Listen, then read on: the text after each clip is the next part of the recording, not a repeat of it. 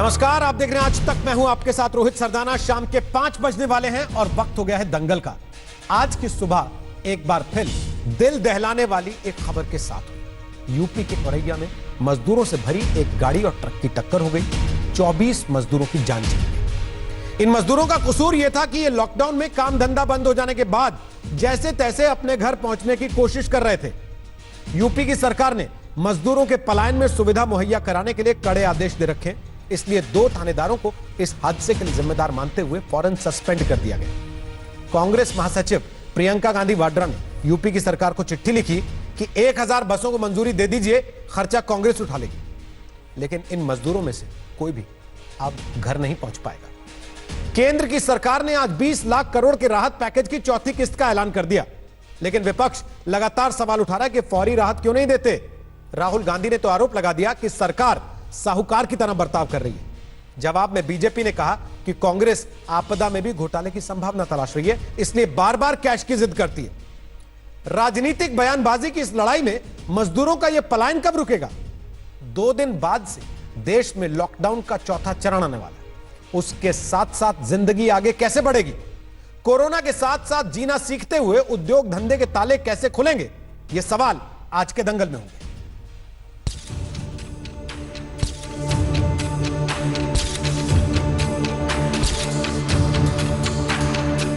UP के औरैया में मजदूरों के साथ हुए इस हादसे की कुछ तस्वीरें तो इतनी दर्दनाक हैं कि हम आपको पूरी तरह दिखा भी नहीं सकते। ये तस्वीरें विचलित करने वाली हैं। लेकिन आज की सच्चाई यही है। ट्रक में सवार होकर घर पहुंचने का इन मजदूरों का सपना ही रह गया। ट्रेन चला रहे हैं, बस चला रहे हैं, मजदूरों को घर पहुंचा रहे हैं। सरकारें लाख दावा करें, लेकिन कामकाज गंवाने के बाद जिंदगी बचाने की आस में अपने घरों के लिए निकले ये मजदूर अब कभी घर नहीं पहुंच पाएंगे। पूरा देश कठिनाई में है, लोग भूखे हैं, प्यासे हैं, सड़कों पे चल रहे हैं। मां जो होती है वो बच्चे को कर्ज नहीं देती है। मां जो होती है बच्चे को एकदम मदद करती है। बहुत सारे ऐसे राज्य हैं, चाहे राजस्थान है, चाहे छत्तीसगढ़ है, चाहे झारखंड है, चाहे वेस्ट बंगाल है और चाहे महाराष्ट्र है। ये सब प्रदेश जो हैं अपने यहाँ से मजदूरों के बाहर जाने और उन अपने यहाँ के लोगों को अपने देश प्रदेश में आने, इसको लेकर के अभी जिस तरह से त्वरित कार्रवाई करनी चाहिए वो नहीं कर पा रहे हैं और उसके कारण से लोग इम्पेशेंट हुए हैं। इम्पेशेंट होकर के लोग जो है वो घर से सड़क पर निकले। प्रधानमंत्री नरेंद्र मोदी ने ट्वीट करके मजदूरों की मृत्यु पर संवेदना जताई, लेकिन सिर्फ मजदूरों की घर वापसी ही नहीं, मजदूरों को राहत के मामले पर भी विपक्ष और सरकार आमने सामने है। सरकार का दावा है कि आत्मनिर्भर भारत के प्लान में मजदूरों को बैंक खाते में पैसा, हाथ में राशन और अपने पैरों पर खड़े होने की तैयारी है। लेकिन विपक्ष का आरोप है सरकार साहूकार की तरह बर्ताव कर रही है। किसानों के जेब में, मजदूरों के जेब में, जो हमारे माइग्रेंट वर्कर चल रहे हैं, उनके जेब में एकदम पैसे डालने की जरूरत है। और मैं आज भी विनती करता हूं, सरकार से विनती करता हूं कि आप कर्ज जरूर दीजिए, मगर भारत माता को अपने बच्चों के लिए साहूकार का काम नहीं करना चाहिए। विपक्ष के लोग पूछ रहे हैं कैश कहां है, तो विपक्ष के लोगों को कैश की बहुत आदत है। हमारी सरकार टेक्नोलॉजी के माध्यम से सीधा बैंक अकाउंट में पहुंचाती है। मैं बड़े सम्मान के साथ राहुल जी को कहना चाहूंगा कि राहुल जी, जो काम 70 वर्षों में कांग्रेस पार्टी से नहीं हो पाया, वह काम मात्र 6 वर्षों में मोदी जी ने करके दिखाया है। करोड़ों लोगों के खाते तक पैसा पहुंचा है। यूपी की सरकार ने सड़क पर पैदल पलायन कर रहे मजदूरों को लेकर सख्त आदेश जारी किए हैं। राजस्थान की सरकार ने भी पलायन करने वाले मजदूरों की मदद के लिए बड़े ऐलान किए। गृह मंत्रालय भी इस मामले में दिशा निर्देश जारी कर चुका है, लेकिन हालात फिर भी जस के तस हैं। पिछले 55 दिन में एक के बाद एक कई ऐसे हादसों ने गंभीर सवाल खड़े किए हैं। कोरोना से लड़ाई में भले ही दुनिया के और मुल्कों की तुलना में भारत का ग्राफ बेहतर दिख रहा हो, लेकिन पलायन की ये तस्वीरें लंबे समय तक याद रखी जाएंगी। आज तक ब्यूरो। तो आपको बता दें कि दंगल में आज हमारे साथ संबित पात्रा हैं, वो बीजेपी का पक्ष रखेंगे। हमारे साथ अभय दुबे हैं, वो कांग्रेस पार्टी का पक्ष रखेंगे। हमारे साथ अनुराग भदौरिया हैं, वो समाजवादी पार्टी का पक्ष रखेंगे। हमारे साथ माधव आनंद है, वो आरएलएसपी के महासचिव हैं, वो आरएलएसपी का पक्ष रखेंगे। और हमारे साथ अजय आलोक हैं, वो जेडीयू का पक्ष रखेंगे। आप सबका दंगल में स्वागत है। सबसे पहले संबित पात्रा, मेरा सवाल आपसे है। सरकार ने 20 लाख करोड़ के राहत पैकेज का ऐलान किया, जिसकी किस्तें अभी भी देश के सामने आ रही हैं। अभी भी वित्त मंत्री की प्रेस कॉन्फ्रेंस चल रही है, लेकिन सवाल सीधे सीधे तौर पर यह उठ रहा है कि जो सड़क पे पैदल जा रहा है आदमी, अपने घर पहुंचने की जद्दोजहद में है, उसको जिंदा घर तो पहुंचा दें पहले सरकारें, उसके बाद तो कोई प्लान काम कर पाएगा। रोहित जी, वाजिब प्रश्न है। और जो दृश्य आज टेलीविज़न के माध्यम से और सोशल मीडिया के माध्यम से इन गरीब मजदूरों का हमने देखा है, वो बहुत ही हृदय विदारक है, इसमें कोई दो मत नहीं है। और हम सबको चिंता करना पड़ेगा कि राजनीति छोड़कर इस पर एक सकारात्मक बहस हो। मगर चूंकि इस पर कुछ आक्षेप लगे हैं, मुझे लगता है थोड़े समय में मैं समझा दूं कि आखिर विषय क्या है। देखिए, पहले तो मैं संवेदना के साथ शुरू करता हूं। जो 24 औरैया में हमारे मजदूर बंधु गए हैं, बहुत ही दुखद विषय है। दूसरा विषय है कि एक ट्रक और एक मेटाडोर के बीच में एक्सीडेंट हुआ। मेटाडोर दिल्ली से आई हुई थी, मेटाडोर रुकी हुई थी, लोग चाय पी रहे थे, और राजस्थान से जो ट्रक आ रही थी उत्तर प्रदेश के लोगों को लेकर, इन दोनों के बीच में टक्कर हुआ। थाना अधीक्षक इत्यादि, 2 जगह के थाना अधीक्षक इत्यादि वो सस्पेंड हुए। बड़ा प्रश्न उठता है कि क्या उत्तर प्रदेश की सरकार की गलती थी? देखिए, इस थाना अधीक्षक सस्पेंड भी हुए हैं। इस पर योगी आदित्यनाथ जी की ओर से एक प्रेस रिलीज भी आया है। राजस्थान और दिल्ली जहां से लोग आए, मैं तो रिक्वेस्ट करता हूं हाथ जोड़ के, क्योंकि राजनीति मैं बिल्कुल नहीं करना चाहता। अगर वहां से बस के माध्यम से लोगों को भेजा जाता तो आज ये परिस्थिति नहीं होती। जबरन उनको ट्रक में लोड करके भेजा गया है। दूसरा, ये एक्सीडेंट है, मैं जानता हूं इसमें कोई साजिश नहीं होगी, मगर एक्सीडेंट को इस प्रकार राजनीति का रूप नहीं देना चाहिए। तीसरा विषय ये कहना बहुत आवश्यक होगा कि अभी तक उत्तर प्रदेश ने, जब से लॉकडाउन हुआ है तब से लेके आज तक, उत्तर प्रदेश ने कितने लोगों को इवैक्यूएट किया है? 15 लाख लोगों को भिन्न भिन्न माध्यमों से इवैक्यूएट किया गया है। जो उत्तर प्रदेश के लोग थे उन्हें उत्तर प्रदेश में लाया गया है। वो ब्रेकअप में देता हूँ, लगभग 5,65,059 लोगों को, 5,65,059 लोगों को 449 ट्रेनों के माध्यम से आज तक लाया गया है उत्तर प्रदेश। ठीक उसी प्रकार लगभग 7 लाख लोगों को आज तक बसों के माध्यम से, 10,000 डेडिकेटेड बस उत्तर प्रदेश की सरकार की है, और प्रत्येक डिस्ट्रिक्ट कलेक्टर के पास 200 बसों की एक फ्लीट है। आपने देखा होगा कैसे कोटा से स्टूडेंट लाए गए थे, बसेस के फ्लीट के माध्यम से कैसे दिल्ली के जो लोग आनंद विहार इत्यादि में थे उनको लाया गया था। तो उस प्रकार 7 लाख लोग बसेस से आए हैं, 10,000 डेडिकेटेड बसेस से। 6.5 लाख लोग जो बॉर्डर एरिया में रहे थे, जैसे कि आनंद विहार के क्षेत्र से गए, हरियाणा से आए, इस प्रकार 6.5 लाख लोग आए। 2 लाख लोग वाहनों से उत्तर प्रदेश में प्रवेश किए। ये कुल मिलाकर इसका जोड़ 15 लाख लोग होता है। तो स्वाभाविक है कि सारे राज्यों में से सबसे बड़ा इवैक्यूएशन प्रोसेस उत्तर प्रदेश की सरकार और योगी आदित्यनाथ जी ने चलाया है। मैं सिर्फ एक निवेदन के साथ अपनी बात को समाप्त करता हूं। देखिए, प्रियंका जी कह रही हैं कि वो 1000 बस दे देंगी, अभी आपने हेडलाइंस में कहा। आदरणीय प्रियंका जी, मैं तू मैं बिल्कुल नहीं करना चाहूंगा। ये 1000 बस जो है आप राजस्थान को मुहैया कराइए। अगर आपने ये बस दे दिए होते राजस्थान को, तो राजस्थान के लोग, उत्तर प्रदेश के लोग जो आ रहे थे उत्तर प्रदेश, आज बसों ट्रकों के पीछे नहीं लद के आ रहे होते और ये नतीजा नहीं होता। कृपया करके 1000 बस से कुछ नहीं होगा। मैं तो कह रहा हूं कांग्रेस के पास इतना पैसा है, उनकी राज्य सरकारें हैं, राजस्थान में उनकी सरकार है, वहां पर कम से कम 10,000 बस चलाएं ताकि उत्तर प्रदेश और बिहार के लोग अपने अपने घरों में जा सके। ट्रेनों को इजाजत दे आने के लिए, ताकि इन लोगों को लाया जा सके। और दूसरी बात मैं कहना चाहूंगा, कृपया करके अपने अपने राज्य, दो एस्पेक्ट हैं आपकी बात के। एक तो आपने सीधे सीधे तौर पर राजस्थान और दिल्ली की सरकार के ऊपर आरोप लगा दिया, बिना ये कहे कि मैं आरोप लगा रहा हूं कि ये इनकी वजह से, अगर ये लोग ढंग से इनको भिजवाते तो ये ट्रक और मेटाडोर में जाने को मजबूर नहीं होते और ये हादसा नहीं होता। दूसरा, आपने कह दिया कि कांग्रेस शासित प्रदेश या और पार्टियों के शासित प्रदेश ट्रेन का सहारा नहीं ले रहे, ट्रेन चलवा नहीं रहे, इसलिए लोग मजबूर हैं सड़कों पर पैदल जाने के लिए।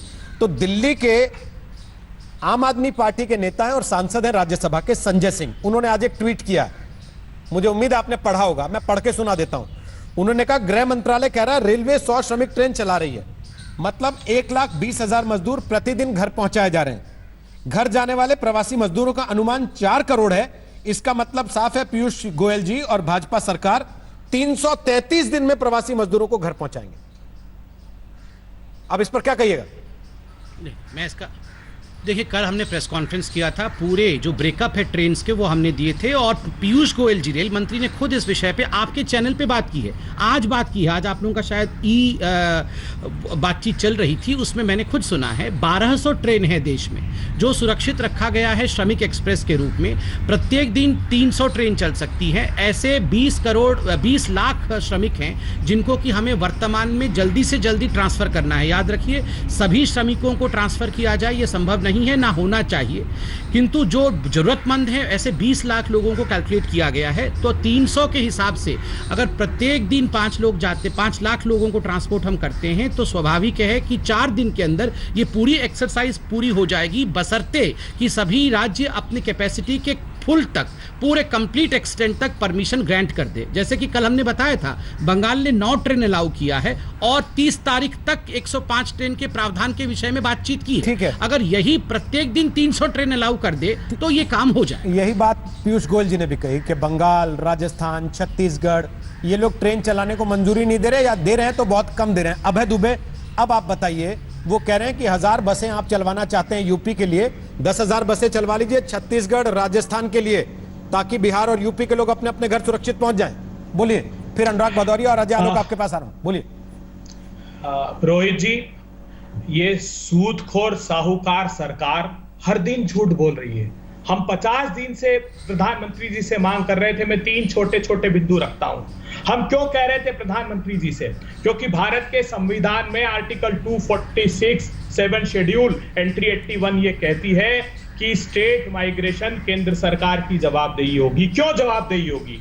कि जब राजस्थान से उत्तर प्रदेश की सीमा में प्रवेश करना होता है तो उत्तर प्रदेश की पुलिस बाधा बनकर खड़ी हो जाती है। आज जब हम डिबेट कर रहे हैं तो मध्य प्रदेश के सेंधवा की सीमा पर या गुजरात की पिटोल की सीमा पर उत्तर प्रदेश जाने के लिए मजदूरों को मध्य प्रदेश की सरकार घुसने नहीं देती। बहुत बाधा के बाद अगर वो मध्य प्रदेश की सीमा में जाते हैं तो फिर उत्तर प्रदेश की सीमा में घुसने नहीं दिया जाता। मैं एक और झूठ बेनकाब करता हूं, ये कह रहे हैं कि राज्य सरकारें अनुमति नहीं देती ट्रेन चलाने की। मैं प्रामाणिक रूप से कहता हूं, अभी जो डिजास्टर मैनेजमेंट एक्ट है उसका सेक्शन 62 उठाकर देख लीजिए, power to issue direction by central government, वो साफ कहता है कि असीमित अधिकार केंद्र सरकार को दिए जाते हैं। कोई भी कानून आता हो उसके बावजूद केंद्र की सरकार इस डिजास्टर मैनेजमेंट के एक्ट के तहत सरकारों को निर्देश देगी और वो अंत करता है कि state government shall be bound to comply with such direction. रोज नोटिफिकेशन इशू करते हैं प्रधानमंत्री जी आप, क्या राज्यों को ये नोटिफिकेशन इशू नहीं कर सकते थे?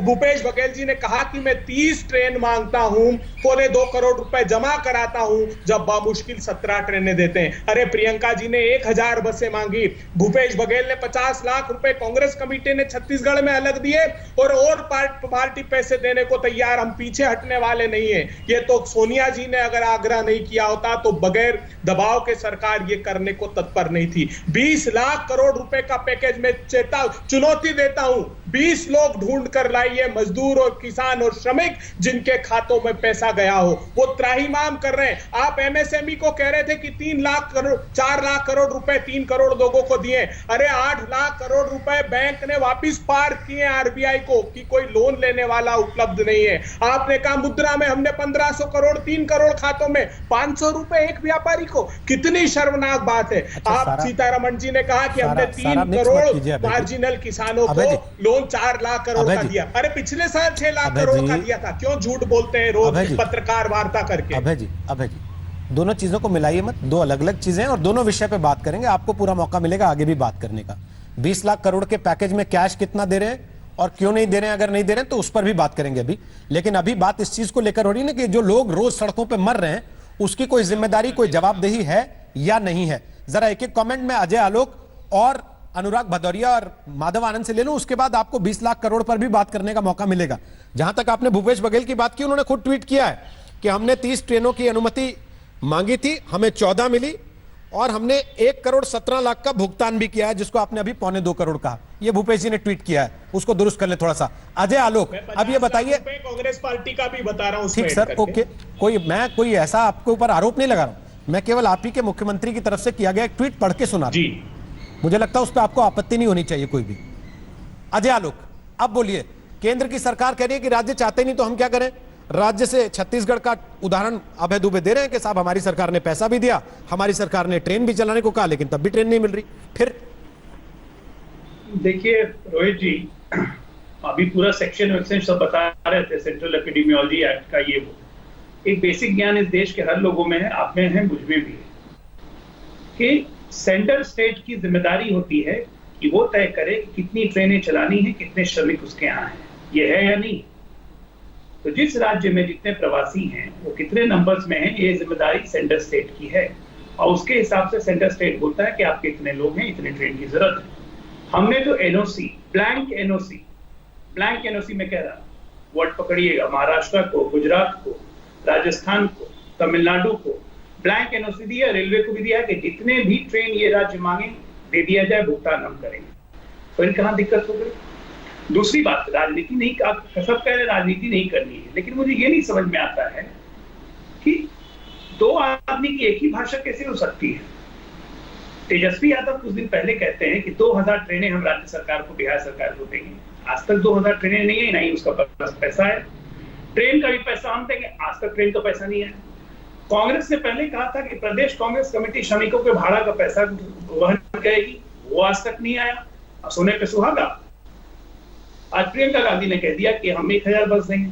तो दो आदमी की एक तरह की सोच कैसे हो जाती है? करना धरना कुछ नहीं, जो करने लायक है वो भी नहीं करेंगे, कि कम से कम अपने राज्यों से सकुशल सही सलामत लोगों को भेजें, वो भी नहीं करेंगे।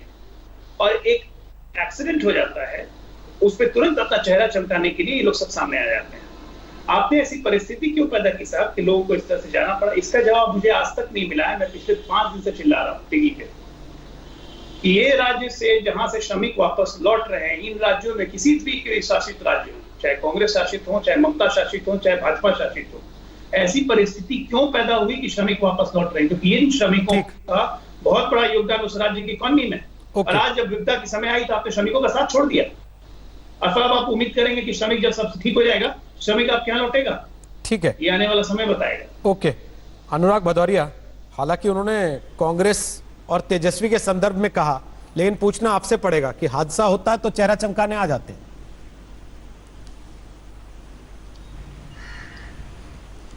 देखिए, मुझे तो लगता है इस समय भारतीय जनता पार्टी को खुद मान लेनी चाहिए थी गलती, और कहना चाहिए था कि देश के अंदर में 19,000 ट्रेनें खड़ी हों और वहाँ मजदूर साइकिलों से, पैदल, ट्रक से, ट्रैक्टर से, नदी से तैर के अपने गांव घर वापस जा रहा हूँ। मुझे लगता है कि भारतीय जनता पार्टी को शर्म नहीं आती, शर्म से डूब मरना चाहिए कि जहाँ पे इतनी ट्रेनें खड़ी हो, मजदूर परेशान घूम रहा हो, उसके पास जब उसके एक एक्सीडेंट है, ये कोई पहला है क्या? इसके बाद औरंगाबाद में हुआ था, तब भी भारतीय जनता पार्टी चुप थी, तब उसमें खोजती थी कि किस स्टेट में हो रहा है। आज उत्तर प्रदेश में हो गया, तब यही भारतीय जनता पार्टी के लोग चिल्लाते थे कि वहाँ ये महाराष्ट्र में हो गया, महाराष्ट्र में हमारी सरकार नहीं है। जब आप वोट मांग रहे थे मोदी जी, तब तो नहीं बोल रहे थे कि हम जब वोट मांग रहे हैं तो हम सबका ध्यान रखेंगे, तब तो कहते थे ये देश मेरा है। जो हवाई चप्पल पहनने वाला है वो हवाई जहाज में चलना चाहिए, जो अमीरों को अधिकार मिलता है वो गरीबों को मिलना चाहिए। अब गरीब अलग हो गया, अब स्टेट वाइज हो गया। आज उत्तर प्रदेश का है, ये महाराष्ट्र का है, ये गुजरात का है, ये इधर का है, उधर का है। अरे ये केंद्र सरकार की जिम्मेदारी बनती थी, केंद्र सरकार उसकी जिम्मेदारी लेनी चाहिए। हमारे स्टेट में एक्सीडेंट हुआ, समाजवादी ने सबसे पहले बोला, सुबह उठते ही बीजेपी की तो लोगों की नींद भी नहीं खुली थी। पात्रा जी तो उस समय उठे भी नहीं होंगे जब हमने अनाउंस किया था 1 लाख रुपए हर व्यक्ति के जिसकी मृत्यु हुई उसके परिवार को देंगे। उसके बाद भारतीय जनता पार्टी ने, यहाँ के योगी जी जगह हैं, तब उनको याद आया नहीं हम 2 लाख रुपए देंगे। क्या 2 लाख रुपए दोगे आप? एक मृतक की मौत हो गई, सरकार है आपकी, केंद्र में, राज्य में डबल इंजन की सरकार है, आपको तो उनका 10 लाख 20 लाख पैकेज देना चाहिए, उनको पैसे देने चाहिए जिससे उनका परिवार सेटल हो जाए।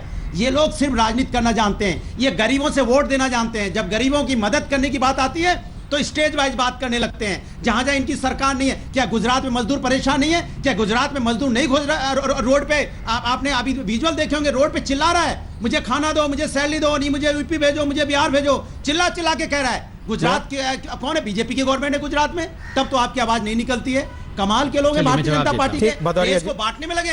ये स्टेज वाइज हो गया। अरे केंद्र सरकार की जिम्मेदारी, आप एक ऑर्डर इशू करते कि सारे लोग जाएंगे, सारे लोग को घर पहुंचेंगे, किसी लोग की मृत्यु नहीं होगी, कोई लोग भूखा नहीं मरेगा। आपके यहाँ लोग भूखे मर रहे हैं इस देश के अंदर। शर्म की बात है भारतीय जनता पार्टी की। आपकी बात उसके बाद राजनीति की बात होने लगती है। भदौरिया, एक चीज दिखाते हैं अपने दर्शकों को, सबको पता लगना चाहिए परिस्थिति इस समय देश में कैसी है। और आपने कहा कि मजदूर साइकिल पर जाने को मजबूर है।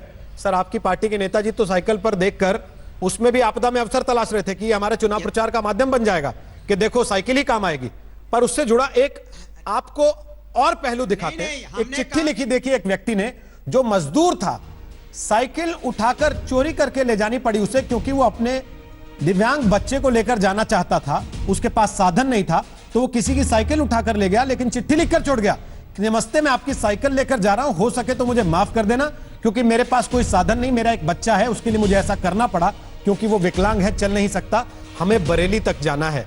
ये उस व्यक्ति ने, जो कि साइकिल किसी से बिना इजाजत लेकर चला गया, वहां चिट्ठी छोड़ दी, लेकिन इस साइकिल पर भी राजनीति होगी। संबित पात्रा, जवाब दीजिए जो सवाल अनुराग भदौरिया ने उठाए, उसके बाद भदौरिया जी से भी सवाल लेंगे और माधव आनंद से भी जरा कमेंट लेंगे उस बात पर जो अजय आलोक ने बोली। संवैधानिक क्यों होता है? मानवता खत्म क्यों हो गई? इंसानियत अनुराग, खत्म क्यों हो गई? अनुराग जी, तो आप बहुत दिन के बाद आए हैं, थोड़ा सा आपको एक चीज बता दूं मैं, एक सेकंड संबित जी, एक सेकंड संबित जी। अनुराग जी बहुत दिन के बाद आ रहे हैं, आपको एक चीज बता देता हूं। एक तो वैसे ही 24 लोगों ने जान गंवाई है, थोड़ी उनके लिए संवेदना रखते हुए चीखना चिल्लाना, एक दूसरे का कपड़ा फाड़ना, उसको कम कर लें।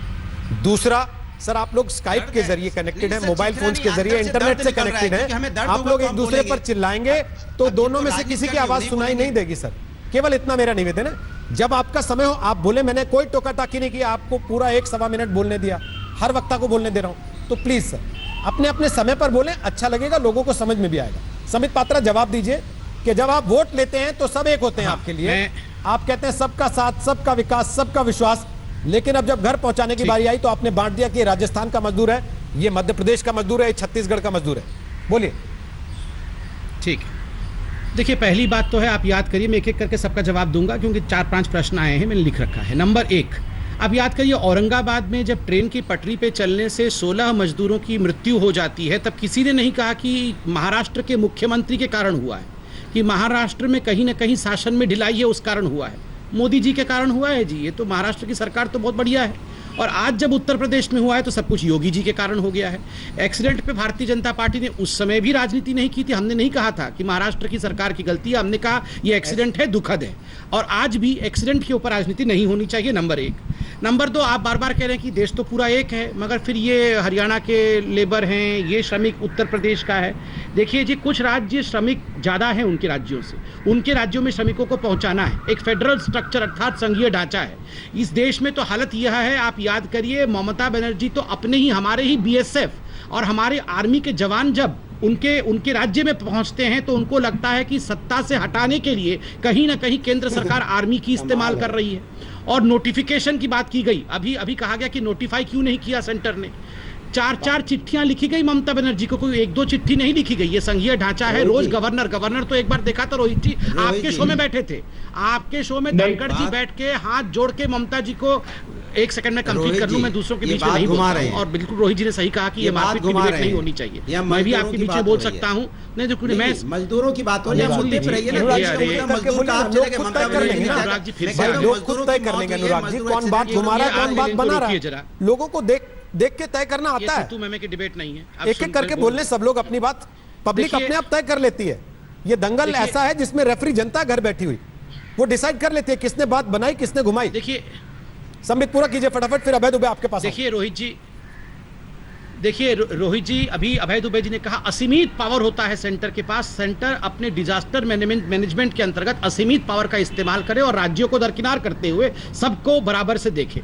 बिल्कुल, हम चाहे, असीमित पावर का अर्थ होता है एक तरह से इमरजेंसी लगा देना। यहाँ तो ममता बनर्जी तैयार ही नहीं है।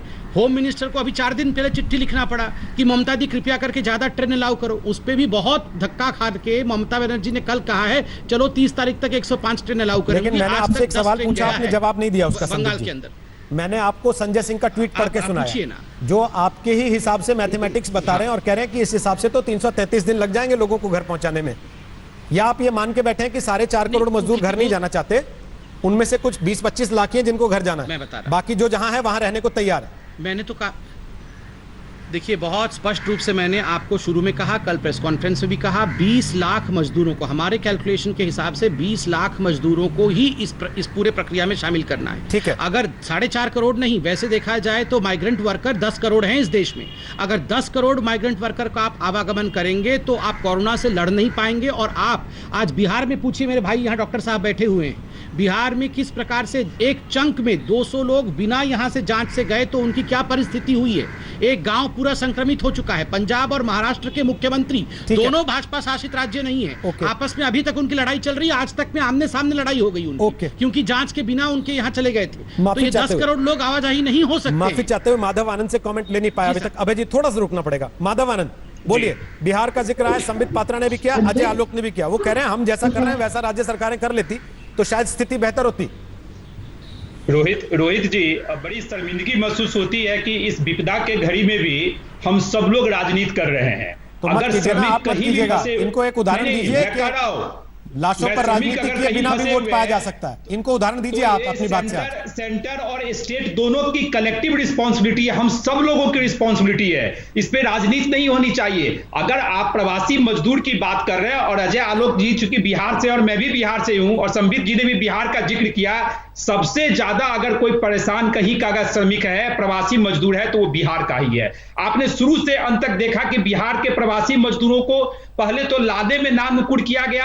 सबसे ज्यादा विलंब अगर कहीं से हुआ तो बिहार सरकार से हुआ। बिहार सरकार ने कहा जब तक केंद्र सरकार अगर अपने नियमों में बदलाव नहीं लाएगा, मैं एक भी मजदूर को बिहार में नहीं आने दूंगा। उसके बाद जब योगी आदित्यनाथ की सरकार लाती है अपने मजदूर को, जब विपक्ष के लोग दबाव डालते हैं, तब जो है जाके मजदूर को जो है सो बिहार लाया जाता है। और उसके बाद की स्थिति देखिए, यहीं हमारे बिहार के श्रमिक हर जगह की अर्थव्यवस्था को मजबूत बनाने में उनका कितना योगदान है रोहित जी, वो आप भी जानते हैं। चाहे गुजरात हो, चाहे महाराष्ट्र हो, हरियाणा हो, चंडीगढ़ हो। लेकिन आज हमारे बिहार के श्रमिकों की स्थिति क्या है? क्वारंटीन सेंटर की हालत आप देख लीजिए। अभी भी 50,000 के संख्या में बिहार के बॉर्डर पे लोग फंसे हुए हैं, उनके पास कुछ भी सुविधा नहीं है। और सरकार तो कागज पे तो इतना दावा करती है, कागज पे तो दिखाती है कि बिहार से बेहतर सुविधा किसी अन्य प्रदेश में है ही नहीं। डबल इंजन की सरकार है रोहित जी, दोनों जगह अपनी सरकार है, बीजेपी शासित सरकार है। नीतीश जी सुशासन बाबू के नाम से जाने जाते हैं, लेकिन वास्तविकता है कि आपके चैनल ने भी रिपोर्ट किया है कि बिहार के क्वारंटीन सेंटर की क्या स्थिति है, बिहार के श्रमिकों की क्या स्थिति है। और एक बात और कहना चाहता हूं, प्रधानमंत्री जी कहते हैं आत्मनिर्भर भारत बनाना है। मैं स्वागत करता हूं कि आत्मनिर्भर भारत बनाना है, मेरे बिहार को भी आत्मनिर्भर बनने दीजिए। इसके लिए केंद्र सरकार की तरफ से जो मदद मिलनी चाहिए, जो हम लोगों ने मांग की, वो मांग कब पूरा होगा? प्रधानमंत्री जी, मैं आपसे आग्रह करना चाहता हूं आपके माध्यम से कि एक आर्थिक पैकेज दीजिए जिससे कोरोना पेंडेमिक और इकोनॉमिक पेंडेमिक दोनों से लड़ा जा सके। माधवानंद, आपकी बात पर अभी संबित से जवाब लें, उसके पहले अभय दुबे जिन्होंने पहले उस बात का जिक्र किया था और मैंने कहा कि थोड़ी देर में आते हैं। अभय जी, कैश का चक्कर क्या है? सरकार कह रही है हम खातों में डाल रहे हैं, इलेक्ट्रॉनिक ट्रांसफर कर रहे हैं, आप लगातार बार बार एक ही बात पर जोर क्यों दे रहे हैं कि कैश दे दो, कैश दे दो, कैश दे दो? रोहित जी, एक 10 सेकंड तो पहले आपने बहुत अच्छा विषय क्योंकि उठाया, मैं सिर्फ 10 सेकंड उस पर देता हूं। 20,000 ट्रेनें हिंदुस्तान में रोज चलती है, 2 करोड़ 30 लाख लोगों को रोज ले जाती है और 7,500 किलोमीटर चलती है। इच्छा शक्ति का प्रश्न है सरकार की। जहां तक पैकेज की बात है तो मैं बताता हूं आपको। अब आपने 20,000 ट्रेनों की बात छेड़ी दी है कि 2 करोड़ 30 लाख लोग रोज ट्रेवल करते हैं, तो क्या आज की स्थिति को आप रोज के दिनों की स्थिति से तुलना कर सकते हैं, या कोरोना के समय में आप इस बात को स्वीकार करते हैं कि हालात बदल गए? आज की बात नहीं थी। एक डब्बे में जिसमें 72 लोग बैठते हैं उसमें 54 लोगों को ट्रेवल कराया जा रहा है कि नहीं? रोहित जी, ये आज खुद भी स्वीकार कर रहे हैं इस बात को कि भाई हालात अब अलग है। विषय है, या खोल दे सारी ट्रेन, बस चला दे, फिर तो कोई दिक्कत ही नहीं है। फिर कौन पैदल जाएगा, कौन साइकिल पे जाएगा, और फिर कोरोना भी साथ में कितना जाएगा आप लोग टेस्ट भी नहीं कर पाएंगे, क्योंकि आप लोगों की नाकाबिलियत है, ये सरकारों की, राजनीतिक पार्टियों की। तो इस देश के लोग आज सड़कों पे ऐसे कुचले जाने को, मरने को मजबूर हैं। इस देश के पास ना इतने अस्पताल हैं, ना डॉक्टर हैं, कि आज ये हालत हो गई है इस देश की। और आप लोग बेशर्मी से बजाय इस पर आकर टीवी पर ये स्वीकार करने के कि हम लोग इस देश को इतने वर्षों में इस लायक भी नहीं बना पाए, एक दूसरे पर आरोप लगाते हैं और घर चले जाते हैं। पार्टी को बताते हैं कि देखो हम तो दूसरे को नीचा दिखा के आ गए, और ये सब पर लागू है। सर देखिए, नीचा दिखाने का प्रश्न आपने उठाया तो मैं बता दूं, इस देश की केंद्र की सरकार ने 102 चार्टर फ्लाइट से सुपर रिच लोगों को 16 से 21 मार्च बुलाया है, उन विमानों से जो विमान हिंदुस्तान ने देखे भी नहीं है, फॉल्कन 2000। इसलिए अगर वो वहां विदेश में कमाई कर रहे हैं और डॉलर में कमाई कर रहे हैं, शायद कोई पेट्रोल पंप पे नौकरी करता होगा, कोई किसी सुपर स्टोर में नौकरी करता होगा, तो क्या ये उसका कसूर है? उसको मरने के लिए छोड़ दिया जाना चाहिए वहां पे जी? पड़ेगा रोहित जी, 50 दिन हो गए। मुझे एक बात बता दीजिए ना अभय जी, कोई आदमी अगर केरला से जा रहा है गल्फ में, आपके हिसाब से वो करोड़पति आदमी है, लेकिन आप नहीं जानते वो क्या मजदूरी वहां पर करता होगा। कहना चाहिए वहां पर, या आप इस देश में गरीब अमीर के बीच में ऐसे खाई खींचते रहेंगे? सुनिए, उसकी बात ही नहीं कर रहा हूं मैं, सिर्फ 16 से 21 मार्च की 102 चार्टर फ्लाइट की बात कर रहा हूं, जिनका 1-1 करोड़ रुपए एक फ्लाइट का किराया दिया गया। वो सुपर रिच लोग, एक विमान में 3 लोग बैठे हैं उसमें सिर्फ। आप हो तो पता कर लीजिए, इंडिया टुडे ने स्टोरी की है, बहुत बड़ी स्टोरी की है। मैं इस पर आता हूं पैकेज पर, सिर्फ 20 सेकंड में पैकेज पर प्रकाश डालता हूं आपको। इस हिंदुस्तान में 14 करोड़ 65 लाख किसान हैं, जिसमें से 10 करोड़ मार्जिनल फार्मर हैं। इस देश की वित्त मंत्री ने कहा 3 करोड़ मार्जिनल फार्मर को 4 लाख करोड़ रुपए का लोन दिया। मार्च 2020 को निर्मला सीतारमण जी जवाब देती लोकसभा में कि पिछले साल मार्जिनल फार्मर को 6 लाख करोड़ रुपए का लोन दिया। वो मुद्रा योजना की बात करते हैं, 1500 करोड़ रुपए की राहत, 3 करोड़ लोगों को 500 रुपए की राहत उन्होंने बांट दी।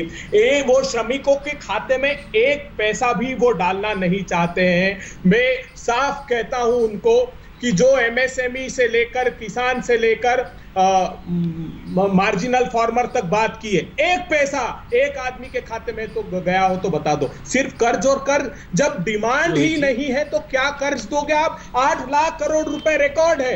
बैंकों ने आरबीआई में फिर पार्क किया कि कोई लोन देने वाला नहीं। और आज की बात नहीं है, ये कोविड क्राइसिस के पहले की बात बता रहा हूं। 58 साल का सबसे कम क्रेडिट लिया है उद्योगपतियों ने। 70 साल में सबसे ज्यादा कंजम्पशन कम हुआ। रूरल और अर्बन डिमांड में आप उठाकर देख लीजिए एनएसओ की रिपोर्ट, वो साफ कहती है कि ऐसे हालात निर्मित नहीं हुए। तो ये कोविड के पहले की परिस्थितियां थी। आज आंखों में धूल झोंकना बंद करें। अगर सरकार सच में मदद करना चाहती है संबित पात्रा जी, तो खरीफ की बुआई का समय है। आखिरी 10 सेकंड में बताता हूं कि सिर्फ 25% किसानों की फसलों का प्रोक्योरमेंट सरकार करती है। 100 करोड़ टन के लगभग गेहूं का उत्पादन हुआ है, वो सिर्फ 25% प्रोक्योर कर रही है। 1,92,500 करोड़ रुपए की अकेली गेहूं की फसल है। 60% फसल बर्बाद हो रही है। केले की, संतरे की, पपीता की, देश के सब्जी और फल के जरूरी नहीं है कि रणदीप सुरजेवाला जी ने जो प्रेस कॉन्फ्रेंस की आपको पूरा दोहराना ही है उसको, या उन्होंने जो प्रेस नोट रिलीज किया वो पूरा पढ़ के सुनाना ही है आपको।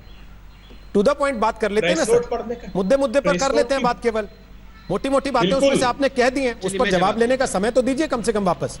या आपने तय किया कि सारा पढ़ना है तो फिर तो दिक्कत हो जाएगी ना सर।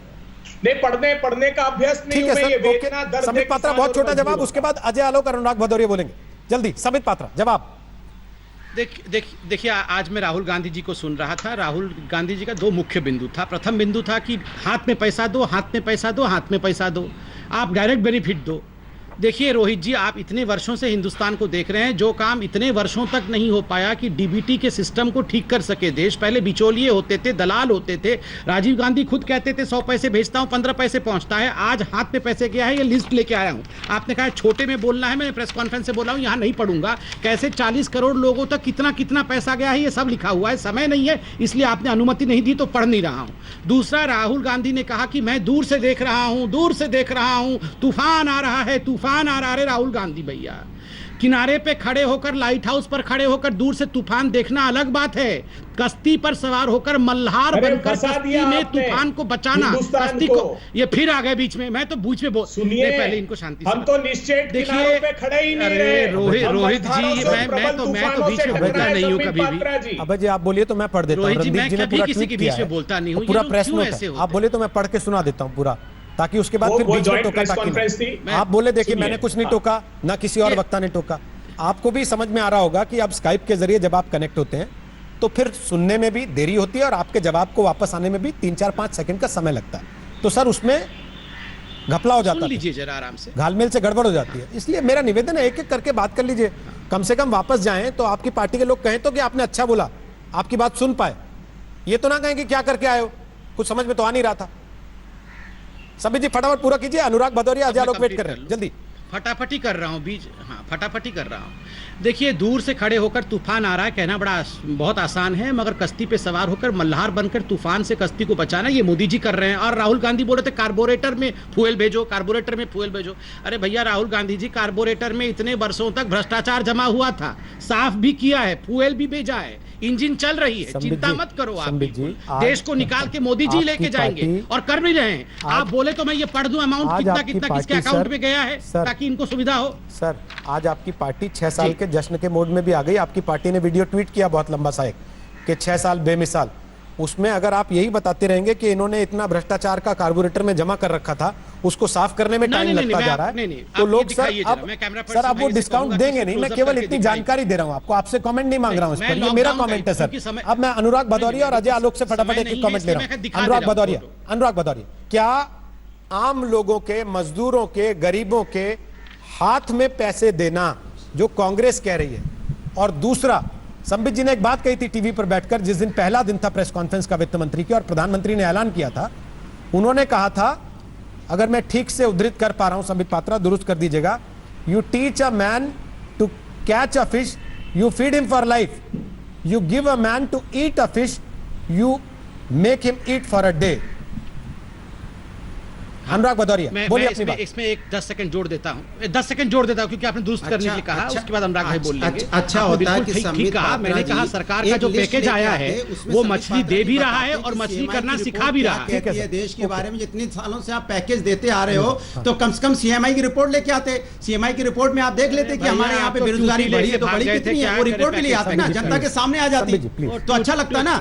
आज के दिन आप 6 साल का जश्न मना रहे हैं, जहां पे 24 लोगों की मौत हो गई हो। कम से कम आज तो ना जश्न मनाते देश में, आज तो जश्न इस बात पे जश्न मना रहे थे कि हमारी सरकार में लगातार मौतें बढ़ती जा रही है। क्या भारतीय जनता पार्टी इस बात का जश्न मना रही थी? 6 साल का आप डाटा लेके आते ना, 6 साल में आपने कितने लोगों को बेरोजगार किया। देश के अंदर में गरीबी रेखा के नीचे जो लोग 17 करोड़ थे 23 करोड़ हो गए। ये भी बताते जनता को कि 6 साल में हमने 8 करोड़ बढ़ा दिए जो गरीब रेखा के नीचे आ गए। आप ये भी बताते जनता को, जहां पे 1% 2% लोग बेरोजगार होते थे, हमने जाके 50% पहुंच गए। ये भी बताते जनता को यही बताते कि सीमाई की रिपोर्ट कहती है 40 साल से जो नीचे हैं वो 52% बेरोजगार हो चुके हैं, और जो 40 साल के ऊपर है वो 48% लोग बेरोजगार हो चुके हैं। ये भी बता देते हैं आप, ये नहीं बता पाएंगे आप। सच बताने में आपको डरता है, क्योंकि सर बताने की हिम्मत नहीं आपके अंदर में, क्योंकि आपने 6 साल में सिर्फ देश को बर्बाद किया, आपने देश को गरीबी खड़ा कर दिया है, उस जगह खड़ा कर दिया जहां लोग पैसे देखने के लिए तरस गए हैं, लोग आत्महत्या पे मजबूर हो गए, किसान लगातार आत्महत्या कर रहा है। आत्महत्या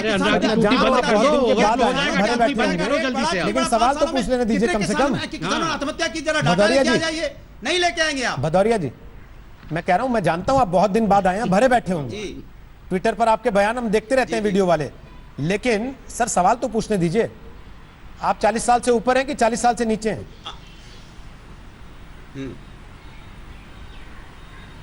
मैं तो 40 साल से ऊपर हूं। अच्छा ठीक है सर। अजय आलोक, जो ये बातें कह रहे हैं अनुराग भदौरिया, पूछ लीजिए, और यहाँ सारे बैठे कम से कम 40 साल के ऊपर है। नहीं सर, मैं तो केवल इसलिए थोड़ा सा आपका तनाव कम हो जाए, इसलिए बीच बीच में थोड़ा आप लोगों को टोक देता हूं कि लॉकडाउन का समय चल रहा है, अपनी सेहत का ख्याल रखना भी जरूरी है। नहीं, तनाव इसलिए इतना गुस्सा, लोग बेरोजगार हैं, हमें दर्द है कि सर, जो लोग पूरी सर इतना गुस्सा राजनीतिक पार्टियां सरकारों में रहते हैं, अगर कर देना इन समस्याओं के प्रति तो समाधान हो जाए। दिक्कत तब होती है जब विपक्ष में आने के बाद गुस्सा आता है और सरकार में रहने के बाद मजा आने लगता है वही चीजें देख के। मात्र 5 साल सरकार में लोग हमारा नाम चिल्लाते हैं, उत्तर प्रदेश में आते हैं तो आज उत्तर प्रदेश की सरकार हमारे काम के बराबर खड़ी नहीं हो पाई। मात्र 5 साल का काम है, इनको तो 6 साल हो गए, वो भी केंद्र की सरकार है। अगर 3 साल यहाँ मिला तो 8 साल की सरकार होगी। 8 साल की सरकार में तो अब तक पूरा देश कुछ जगमाना चाहिए था। ठीक, हो गया। बहुत दिन से हमने किसी की आवाज का बटन बंद नहीं किया है, आप हमें मजबूर ना करें कि वो स्थिति वापस आए। अच्छा नहीं लगता ना सर, सम्मानजनक साथी हैं आप भी हमारे, टीवी पर जितने लोग आते हैं हमें अच्छा नहीं लगता किसी की आवाज म्यूट करें, तो एक एक करके अपनी अपनी बात रखें ना, पूरी हो जाए, उसके बाद दूसरे व्यक्ति बोल ले। अजय आलोक बोलिए अपनी बात। देखिए रोहित जी, थोथा चना बाजे घना, अभी हमारे जितने विपक्षी मित्र हैं सबको कोई राजनीतिक जिम्मेदारी तो है नहीं, सब राजनीतिक तौर पर बेरोजगार हो गए हैं। और दरअसल बात है कि जब राजनीतिक जिम्मेदारी इनके पास थी तब इन्होंने क्या किया ये पूरा देश जानता है, और आज यही कारण है कि ये लोग राजनीतिक तौर पर बेरोजगार हो गए। अब सरकार के साथ काम करने की जगह, अभी मेरे मित्र बता रहे थे कि क्वारंटाइन सेंटर की कितनी बुरी हालत है। मैं दावे के साथ आपसे पूछता हूँ, इनसे जरा पूछिए कि बिहार में कितने क्वारंटाइन सेंटर चल रहे हैं, अगर नंबर बता दें ना तभी राजनीति छोड़ दूंगा। अजय जी, कल अखबार नहीं पढ़ा लगता आपने, बिहार में ही अखबारों ने फोटो छापे हैं अस्पतालों के क्वारंटीन सेंटरों के, पलंग पे कुत्ता बैठा हुआ है। अखबारों ने आप कहेंगे तो मैं भेज दूंगा आपको थोड़ी देर में। भी छापे हैं और आपके टीवी पे चला भी है, लेकिन वो ऐसे कितने क्वारंटाइन सेंटर थे? 1 या 2 क्वारंटाइन सेंटर को देख के आपने पूरे बिहार का मजबूर बना दिया। 5,469 क्वारंटाइन सेंटर चल रहे हैं, सारों में यही हाल है। तो इसलिए एक दो में कुत्ता आ भी जाए तो कोई बड़ी बात नहीं, सब में वही ये हाल कह रहे है। हैं आप? एक मिनट, योगाभ्यास भी करवाया जा रहा है क्वारंटाइन में, वो तो नहीं चला। मैक्सिमम क्वारंटाइन सेंटर्स में योगा करवाया जा रहा है, वो तो नहीं चला। तो सर ये कोई एहसान थोड़ी है, सरकारों का काम है ये कि बिहार में कि स्वास्थ्य आप की देश के लिए वाहवाही दें स्वास्थ्य कि आपने कमाल कर दिया, योगा करवा दिया। सब कुत्ता बैठेगा तो सवाल पूछेंगे, क्योंकि वो असामान्य बात है। लेकिन अगर आप डॉक्टर दे रहे हैं, नर्स दे रहे हैं, इलाज दे रहे हैं, खाना दे रहे हैं, तो वो सामान्य बात है, क्योंकि वो आपकी ड्यूटी है। बिल्कुल ड्यूटी है, तो अपने ड्यूटी से पीछे कौन हट रहा है? इनकी रोहित जी, व्यर्थ की आलोचना करना, यही इनकी ड्यूटी है। व्यर्थ की आलोचना को जिसको आप टोक रहे हैं, उस पर उन्होंने एक राइडर और लगाया शायद। जो प्रवासी मजदूर आ रहे हैं उनको अपनी पार्टी का सदस्य बनाएंगे। आज ही इनके अलायंस पार्टनर का ये निकला है, ये लोग तो प्रवासी जो आ रहे हैं उसको अपने पार्टी का सदस्य बनाने के लिए मरे जा रहे हैं। ये इनकी ड्यूटी है। कोई टिकटॉक बना रहा है, कोई ऑनलाइन सदस्यता कर रहा है, ये इनकी ड्यूटी है। बिहार के रोहित जी मैं जवाब देना चाहता हूँ। रोहित जी मैं जवाब देना चाहता हूँ। ये मुझे ड्राइव चलाना चाहते हैं वापस आने वाले मजदूरों से, मैं उस पर कमेंट ले लेता हूं उनसे, लेकिन ये बताते हुए कि इस देश ने ये तस्वीरें देखी हैं कि आपदा राहत में भी मुख्यमंत्रियों के फोटो लग के बट रहा है सामान। हैंड सैनिटाइजर पे नेताओं की तस्वीरें लगी हैं बोतलों पे, वो बांटा जा रहा है लोगों को जाके। माधव आनंद, प्रवासी मजदूरों में पर्ची काटने का ड्राइव चला रहे हैं क्या आप लोग?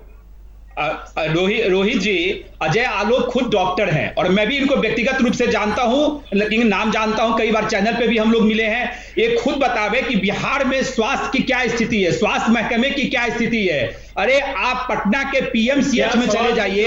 अरे अजय आलोक जी, आप बेरोजगारी की बात कर रहे हैं कि बेरोजगार, विपक्ष के लोग बेरोजगार हैं तो राजनीति कर रहे हैं। अरे आप तो डॉक्टर हैं, आप तो कम से कम सही बोलिए कि बिहार में क्या स्थिति है। चाहे क्वारंटीन सेंटर की आपने बात कही हो, चाहे पीपीई किट की बात की हो, अरे भगवान भरोसे बिहार चल रहा है। और मैं नहीं कर रहा हूं, ये आज तक के मैं एक रिपोर्ट नहीं 50 रिपोर्ट को मैं कोट कर सकता हूं, जहां बिहार के क्वारंटीन सेंटर से लेके बिहार के अस्पताल से लेके सबके पोल खोलने का। चमकी बुखार में यही अंजना ओम कश्यप जी ने मुजफ्फरपुर के अस्पताल में आपके पोल खोलने का काम की थी, यही अंजना ओम कश्यप ने, अजय आलोक जी। और आप तो डॉक्टर हैं, डॉक्टर का कर्तव्य, डॉक्टर भगवान की तरह होता है और शर्म आनी चाहिए आपको। जो भगवान का दर्जा डॉक्टर को दिया हुआ है वो व्यक्ति यहाँ बैठ के राजनीति कर रहा है। चल रहे हैं। अरे अगर आप बता दीजिए, और मैं तो एक भी क्वारंटाइन सेंटर आपके नाम में नहीं। आपने स्कूल को क्वारंटीन सेंटर बनाया है, आपने खाने की व्यवस्था की है, न पानी पीने की व्यवस्था की है। और क्वारंटीन सेंटर मैं एक भी क्वारंटीन सेंटर बिहार में नहीं मानता हूं। वो क्वारंटीन सेंटर है ही नहीं। वो क्वारंटीन सेंटर की जो परिभाषा होती है, WHO की जो परिभाषा है, उस परिभाषा में आपके पास एक भी क्वारंटीन सेंटर नहीं है। आपके पास एक भी क्वारंटीन सेंटर नहीं है। आपके तो एसडीओ डीओ का जो है वायरल हो रहा है। जाते प्लीज देखिए, आप दोनों ने अपनी अपनी बात रख ली। माधव जी एक ही बात बार बार क्यों दोहराने को मजबूर करते हैं? हम सब लोग मिलकर ही दुरुस्त करेंगे। इस विपदा के टाइम में अच्छा नहीं लगता कि इस पे राजनीति करें जो है। माधव जी, आपने पहले वक्तव्य जिस तरीके से दिया था, मुझे लगा था आप शायद चिल्ला चोट वाले नेता नहीं होंगे, लेकिन दूसरे वक्तव्य में मुझे विवश कर रहे हैं रोहित जी। नहीं, जैसे इन्होंने कहा कि आप पर्चियां काट रहे हैं मजबूरों में भी, मजदूरों में नहीं, मजबूरों में पर्चियां काट रहे हैं, तो आपको गुस्सा आ गया सर? कौन पर्चियां काट रहा है? दिखा दें अजय आलोक जी, दिखा दें कि कितनी पर्ची इनके पास है। ठीक है रोहित जी, अगर कोई पार्टी पर्ची काट रही, मेरे अलायंस पार्टनर अगर पर्ची काट रही है तो अजय आलोक जी के पास पर्ची की कॉपी होगी, पर्ची बता दें। संबित पात्रा जी मुस्कुरा रहे हैं। अरे बिहार को तो अति पिछड़ा बना दिया। कितनी प्रशंसा भी आप मोदी जी के कर लीजिए, बिहार को आत्मनिर्भर नहीं बनने देंगे ये लोग। बिहार को अति पिछड़ा का अति पिछड़ा ही बने रहने देंगे। संबित पात्रा, आखिरी सवाल है मेरा बस आपसे, जो पूछा था बीच में अभय दुबे ने भी, लेकिन मुझे लगता है कि उसका जवाब रह गया, और मैं वो सवाल आपसे दोबारा पूछ रहा हूं। जब देश में नेशनल डिजास्टर की स्थिति है, पूरी दुनिया एक पैंडेमिक से जूझ रही है, और आप इस बात को स्वीकार करते हैं कि देश इस समय लगभग आपातकाल जैसी ही परिस्थिति से गुजर रहा है, भले उसको घोषित ना किया गया हो, तो उस परिस्थिति में सर, जब लॉकडाउन घोषित करने के लिए राज्यों से पूछा नहीं था, तो अब ट्रेन चलाने के लिए राज्यों से पूछना क्यों जरूरी लगता है? आखिरी सवाल है, समय समाप्त हो गया। देखिए रोहित जी, मैंने इसका शुरू में बिल्कुल जवाब दिया था कि एक संघीय ढांचा है, संघीय ढांचे के अंतर्गत ही देश काम करेगा। और तो संघीय ढांचा रहा होगा सर, कि लॉकडाउन के टाइम संघीय ढांचा नहीं था। हाँ, तो एडवाइस नहीं, लॉकडाउन में मैंने कहा ना, मुख्यमंत्रियों से बातचीत करने के पश्चात और आज भी जो भी नोटिफिकेशन आ रहे हैं मुख्यमंत्रियों से, देखिए फिर ये सवाल आप मेरे से पूछते हैं, ये फिर बीच में ये आ जाते हैं। आप ही का तो सवाल पूछ रहा हूँ, आप बताइए, अलग से तो बात ला नहीं, सोल्यूशन नहीं चाहते हैं, ये तू मैं ही चाहते हैं। देखिए रोहित जी, मैं एक बात कहना चाहता हूँ और बिना लड़ाई झगड़ा करके कहना चाहता हूँ, ये अप्रत्याशित सिचुएशन है। आज तक हिंदुस्तान इस अप्रत्याशित सिचुएशन में हमारी इतनी डाइवर्सिटीज के बावजूद जिस प्रकार लड़ रही है, इसका नतीजा खुदा के भगवान के लिए अच्छा रहा है। और मैं इतना ही चाहता हूँ कि ये तू मैं ना हो, राज्य अपना अपना काम करे, केंद्र अपना काम करे। हाँ, कोई सजेशन देना हो बिल्कुल दीजिए, हम 100% सब कुछ ठीक कर लेंगे, ऐसे भगवान तो नहीं है ना हम। मगर इस प्रकार तू मैं चिल्ला चोट अपनी उल्लू सीधा करने की कोशिश, ये इन अप्रत्याशित सिचुएशंस में नहीं होने चाहिए। मैं इतना ही कहना चाहता हूँ। और कांग्रेस पार्टी जमीन में खत्म हो गई है। केवल ट्विटर में मैं 1000 बस देती हूँ, मैं 1000 बस लेती हूँ। ये ट्विटर खेलना बंद करे, असली काम करे। नहीं होना चाहिए और फिर जाते जाते जानबूझकर एक ऐसा पिन भी चुभोना चाहते हैं जिस पर तू मैं की स्थिति हो जाए, तो ये उचित नहीं है। फिलहाल के लिए आप सबका धन्यवाद। झगड़ने के लिए हम समय नहीं दे सकते, क्योंकि हमारी कोशिश है इस लॉकडाउन में जब लोग अपने घरों में बंद पड़े हुए हैं, कम से कम आप राजनीतिक पार्टियों के नेताओं को देखकर सुनकर ये समझ सकें, ये एहसास कर सकें कि देश सही दिशा में जा रहा है या नहीं जा रहा। उनकी बेहतरी के लिए सरकारें और राजनीतिक पार्टियां मिलकर आपस में बातचीत करके सही कदम उठा रही हैं या नहीं उठा रही हैं, यही हमारा मकसद है। और इसीलिए हम चाहते हैं कि आप कम से कम खुलकर अपनी बात कहें, ना कि एक दूसरे पर आक्षेप करके केवल यहां से निकल जाए। छोटा सा ब्रेक ले रहे हैं, दंगल आखिरी पड़ाव पर होगा, आप देखते रहिएगा आज। नमस्कार, मैं हूं अंजना ओम कश्यप। हमें उम्मीद है ये वीडियो आपको पसंद आया होगा। लेटेस्ट खबरों के लिए यूं ही देखते रहिए आज तक, और इस वीडियो के पसंद आने पर लाइक, शेयर एंड सब्सक्राइब करना ना भूलें।